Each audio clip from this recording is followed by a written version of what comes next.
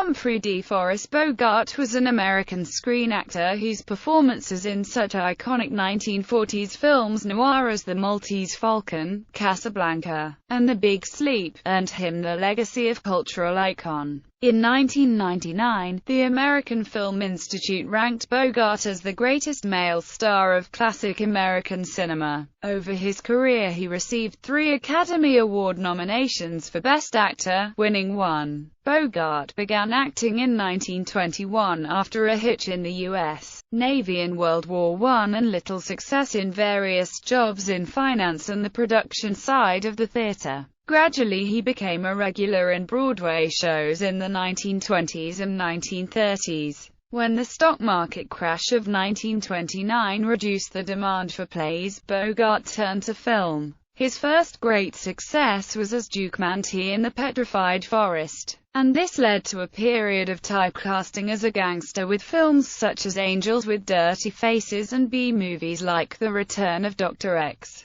Bogart's breakthrough as a leading man came in 1941, with High Sierra and The Maltese Falcon. The next year, his performance in Casablanca raised him to the peak of his profession and, at the same time, cemented his trademark film persona, that of the hard-boiled cynic who ultimately shows his noble side. Other successes followed, including To Have and Have Not, The Big Sleep, Dark Passage in Key Largo, all 4 with his wife Lauren Bacall, The Treasure of the Sierra Madre, In a Lonely Place, The African Queen, Sabrina, and The Caine Mutiny. His last film was The Harder They Fall. During a film career of almost 30 years, he appeared in 75 feature films. Early life. Bogart was born on Christmas Day, 1899, in New York City, the eldest child of Dr. Belmont DeForest Bogart and Maud Humphrey. The name Bogart comes from the Dutch surname Bogart, which derives from the word bogaard, short for boomgaard, meaning orchard.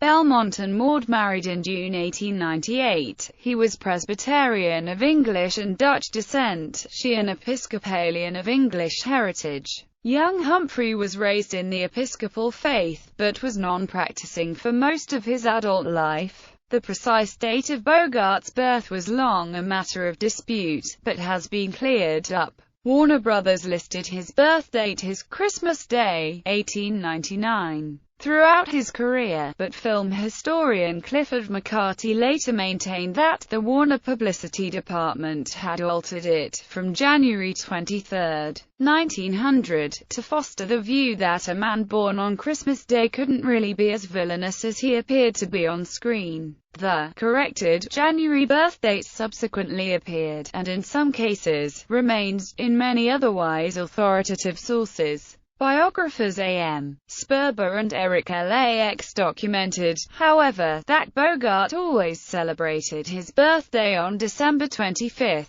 and consistently listed it as such on official records, such as his marriage license. Lauren Bacall confirmed in her autobiography that his birthday was always celebrated on Christmas Day, adding that he joked that he was cheated out of a present every year because of it. Sperber and LAX also noted that a birth announcement, printed in the Ontario County Times on January 10, 1900, effectively rules out the possibility of a January 23 birth date, and state and federal census records from 1900 report a Christmas 1899 birth date as well. Bogart's father, Belmont, was a cardiopulmonary surgeon. His mother, Maud, was a commercial illustrator who received her art training in New York and France, including study with James McNeill Whistler. Later she became art director of the fashion magazine The Delineator and a militant suffragette. She used a drawing of baby Humphrey in a well-known advertising campaign for Mellon's baby food. In her prime, she made over $50,000 a year, then a vast sum and far more than her husband's $20,000.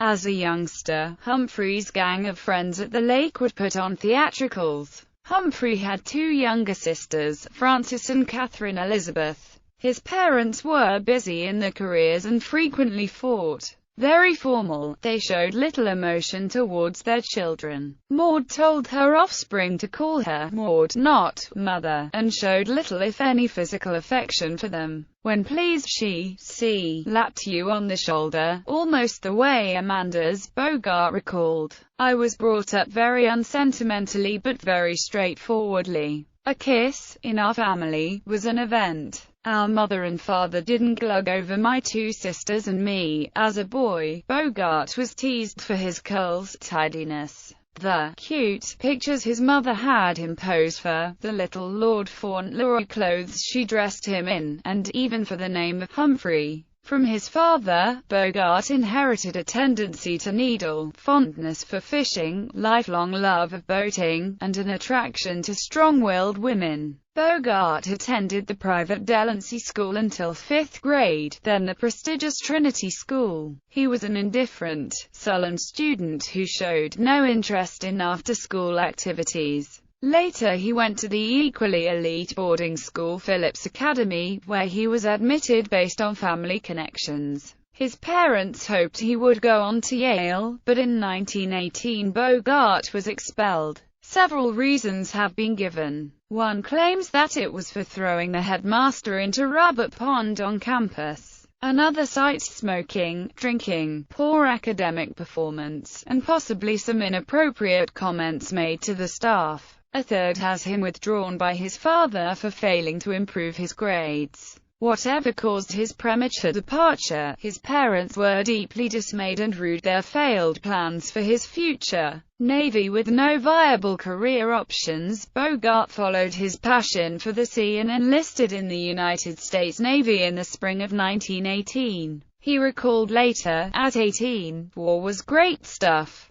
Paris. Sexy French girls. Hot damn. Bogart is recorded as a model sailor who spent most of his sea time after the armistice ferrying troops back from Europe. It was during his naval stint that Bogart may have received his trademark scar and developed his characteristic lisp, though the actual circumstances are unclear. In one account his lip was cut by shrapnel when his ship, the US Leviathan, was shelled. Although some claim Bogart did not make it to sea until after the armistice had been signed. Another version, which Bogart's longtime friend, author Nathaniel Benchley, holds to, is that Bogart was injured while taking a prisoner to Portsmouth Naval Prison in Kittery, Maine. Changing trains in Boston, the handcuffed prisoner allegedly asked Bogart for a cigarette, then while Bogart looked for a match, the prisoner smashed him across the mouth with the cuffs, cutting Bogart's lip and fleeing. Recaptured, the prisoner was taken to jail. An alternate version has Bogart struck in the mouth by a handcuff loosened while freeing his charge, the other still round the prisoner's wrist. By the time Bogart was treated by a doctor, a scar had already formed. David Niven said that when he first asked Bogart about his scar, he said it was caused by a childhood accident. "Goddamn doctor," Bogart later told Niven, instead of stitching it up, he screwed it up. Niven claims the stories that Bogart got the scar during wartime were made up by the studios to inject glamour. His post-service physical makes no mention of the lip scar, even though it mentions many smaller scars. When actress Louise Brooks met Bogart in 1924, he had some scar tissue on his upper lip, which Brooks said that Bogart may have had partially repaired before entering films in 1930. She believed his scar had nothing to do with his distinctive speech pattern, and said his lip wound gave him no speech impediment, either before or after it was mended. Over the years, Bogart practiced all kinds of lip gymnastics, accompanied by nasal tones, snarls, lisps and slurs.